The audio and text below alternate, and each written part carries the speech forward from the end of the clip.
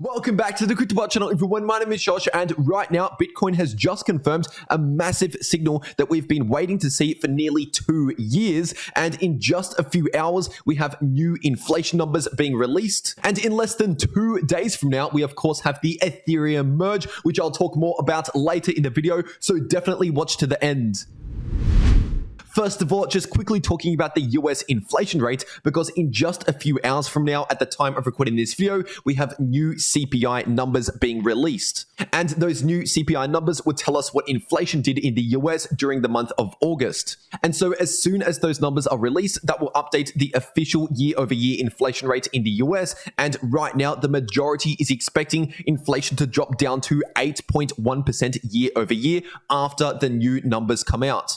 And if that's the case, if inflation does drop to 8.1% as the majority expect, then that would actually be a bullish signal, because considering the majority is expecting 8.1%, that 8.1% number is basically already priced into the markets. But if the market gets what it expects, then that actually reduces uncertainty, because of course, even though the majority is expecting 8.1%, there is simply no way to know for sure what the number will officially be until it actually gets released, which does actually carry some risk leading up to the release of that number. And so basically, if we get the 8.1% year-over-year inflation rate as expected, then all that does is reduce uncertainty in the short term, which reduces some short-term risk. And anytime you reduce risk, that is of course a bullish signal. And if that number comes in lower than 8.1%, especially if it's in the 7% range, then in that case, it will be very likely for markets such as the stock market and crypto market, for example, to play out a pump, a bullish move.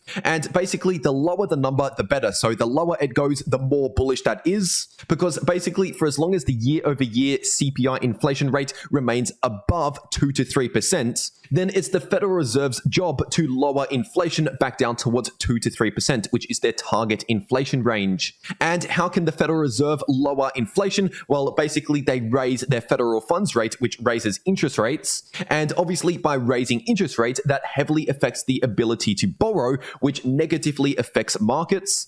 And on top of that, the Fed also performs quantitative tightening, which is essentially the process of removing liquidity from financial markets. So basically, it's the opposite of quantitative easing. It's the opposite of printing new money. And so obviously, the combination of raising interest rate and taking dollars out of the market, that is very bearish for markets. But when you consider the fact that inflation is well above the targeted 2 to 3% year over year, the Fed is essentially forced to perform quantitative tightening and raise the federal funds rate. But once the year-over-year CPI inflation rate actually reaches back down towards 2 to 3%, where the Federal Reserve targets, then when that eventually happens, that actually gives the opportunity for the Fed to stop their restrictive policies. And historically speaking, when that's happened in the past, when the Fed pivots from something like a rate hike cycle to a rate cut cycle, then that usually marks the bottom for markets. And that actually happened during 2018. The Federal Reserve was raising interest rates throughout 2018. And then, as you can see here, right towards the end of 2018, entering into early 2019, the Federal Reserve stopped raising interest rates and actually began cutting interest rates in 2019.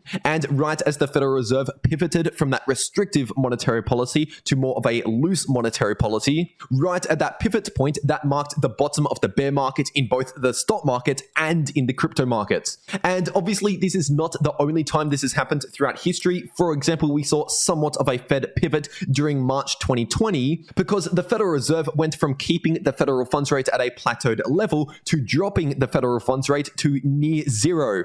And as soon as they did that, that marked the bottom of the March 2020 crash for both stocks and crypto. So when you consider the massive amount of power that the Federal Reserve has over the world economy, it is certainly important to keep an eye on what the Federal Reserve is doing with their monetary policy, and a leading indicator for that can be inflation. Because like I said, if inflation comes in lower than expectations and we get back down towards that target rate sooner than expected, then when that happens, the Federal Reserve can slow down and eventually stop all of this restrictive monetary policy, which would be extremely bullish for markets, like what we saw just after 2018 or just after March 2020. But if inflation comes in higher than expected, if when these numbers come out, the year-over-year CPI inflation rate is above above 8.1%, then in that case, we could actually see a crash in the stock market and in the crypto market, because basically in that case, that would mean that there's more work to be done to bring inflation down, which basically means we're further away than we expected from that potential Fed pivot point, which will happen eventually,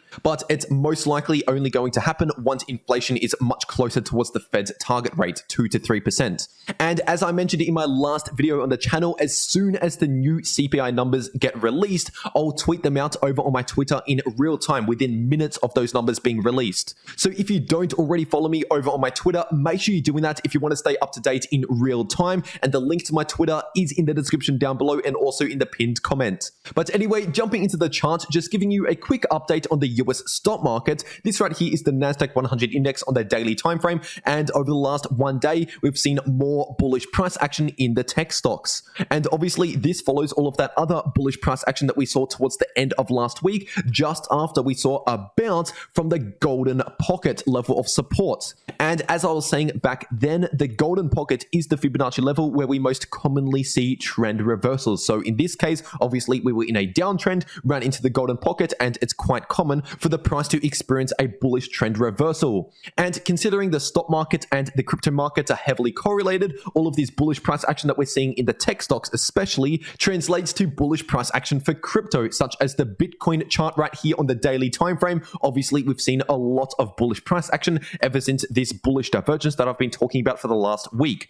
And if you're looking at the daily Bitcoin MACD, this is still showing quite a lot of bullish momentum on the daily time frame, which basically means the current trend is somewhat similar to what we saw back here, for example, because back then, if you're looking at the daily Bitcoin MACD, we saw quite a lot of bullish momentum like what we're seeing at the moment. But keep in mind, this is talking about the trends on the daily time frame, not talking about the shorter term movements. So just because we're seeing a bullish trend on the daily chart at the moment, that doesn't mean we're only going to experience green price action, because obviously, as we saw back here during this uptrend, we of course had some time periods during the uptrend where we experienced some short-term bearish price action. And just before talking about the short term, zooming out to the 3-day Bitcoin charts, because we've just seen a 3-day candle close, and the 3-day candle close happened as the 3-day Bitcoin RSI was above this massive line of resistance. And in fact, this line has been acting as resistance ever since January last year. So for nearly 2 years now, the RSI has been held down by this massive descending line of resistance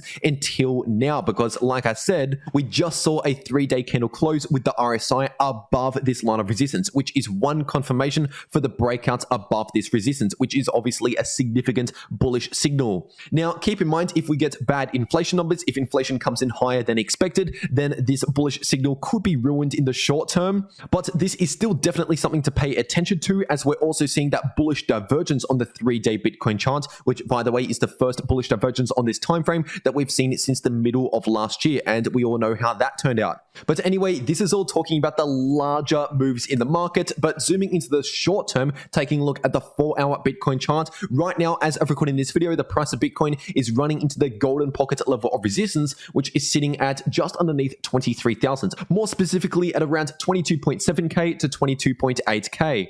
And we're also potentially seeing a bearish divergence form in the short term here, with the RSI beginning to slowly decline, while the price action is technically still forming higher highs just on the smaller timeframes like the 4-hour chart, and this is even more visible on smaller timeframes like the 2-hour chart, for example. And a bearish divergence basically tells us that we're potentially losing some of this short-term bullish momentum, which, as I've been talking about over the last couple of days, tells us that we could be due to see a bit of a short-term cool-off, whether that's a sideways consolidation or a short-term pullback. Just either way, we are due to see some sort of pause within this uptrend. But if the price of Bitcoin is more bullish than expected in the immediate short term, and we immediately break above the golden pocket and flip it into new support, then in that case, I'll be looking towards this 78.6% Fibonacci level as resistance, sitting at around 23.7k to 23.8k, and anything above that, I'll be looking towards the local high at around 25,000. But as for support, just in the short term, I'll be looking towards this level at around 21.9k, and anything below that, and I'll be looking towards this level, which is sitting at around 21,000. And just before getting into the Ethereum part of this video, quickly talking about the Bitcoin dominance on the weekly time frame, which right now is actually performing some sort of trend reversal from obviously a massive downtrend trend into quite a significant bounce so far from this massive area of support on the weekly Bitcoin dominance chart. And if we end up seeing history repeat itself again, like what we saw these last 3 times, then in that case, as we can see here, what happened these last 3 times was the Bitcoin dominance essentially reversed into more of a bullish trend up towards this range of resistance, which, by the way, this range of resistance is sitting at around 47 to 48%, and this range of support for the dominance is sitting at around 39% to 40% approximately. And if that happens, if we do end up seeing more of a bullish reversal in the Bitcoin dominance, then that is a good thing for Bitcoin, but not a good thing for the rest of the crypto market, for the altcoins. Because during these time periods in the market when the Bitcoin dominance is bullish, that means Bitcoin is outperforming the majority of the altcoin market, especially the larger altcoins. And this could be happening due to the Ethereum merge coming up in less than 2 days from now. In only around a day and a half from now, we have the Ethereum merge, which is one of the biggest events in crypto history. And I talked more about what the Ethereum merge is and what it means for Ethereum in yesterday's video. So if you missed my last video, definitely check that one out. But basically, the Ethereum merge is extremely bullish for Ethereum long term. But keep in mind, there are, of course, some risks to be associated with the Ethereum merge. Because as you might already know, with a lot of significant digital upgrades like this, there is always the chance that there could be some sort of bug or error with the upgrade. And so that could be a reason as to why the Bitcoin dominance is climbing at the moment, as some people are selling off Ethereum to buy more Bitcoin. And this is evident when we look at the Ethereum to US dollar chart on the daily time frame right here. We can see over the last few days, we've seen a bit of a short-term pullback for Ethereum, unlike Bitcoin over the last few days. But despite this short-term pullback so far, technically speaking, we still have this active price target for that previous falling wedge pattern in play, and that price target is sitting at around 1840 approximately. But between that price target and where the price is right now, we have an important level of resistance, which is of course the golden pocket level of resistance, which is coming into play at around 1.8k. And so far, the price of Ethereum has come within just a couple dollars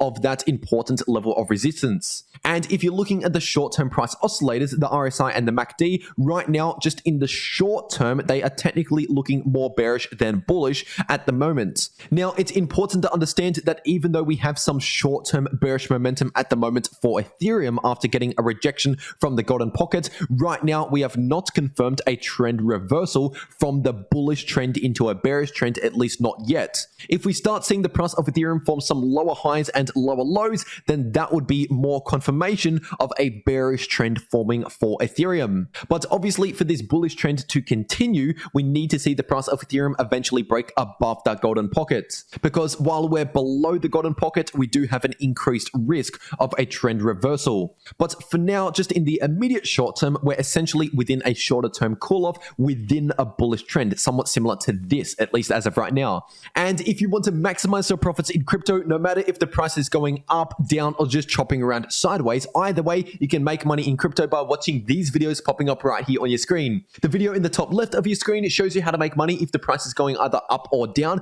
and the video in the bottom left of your screen shows you how to make money if the price is chopping around sideways. But anyway, that's everything that I have to say for today. I really hope you enjoyed it, and I'll see you all in the next video.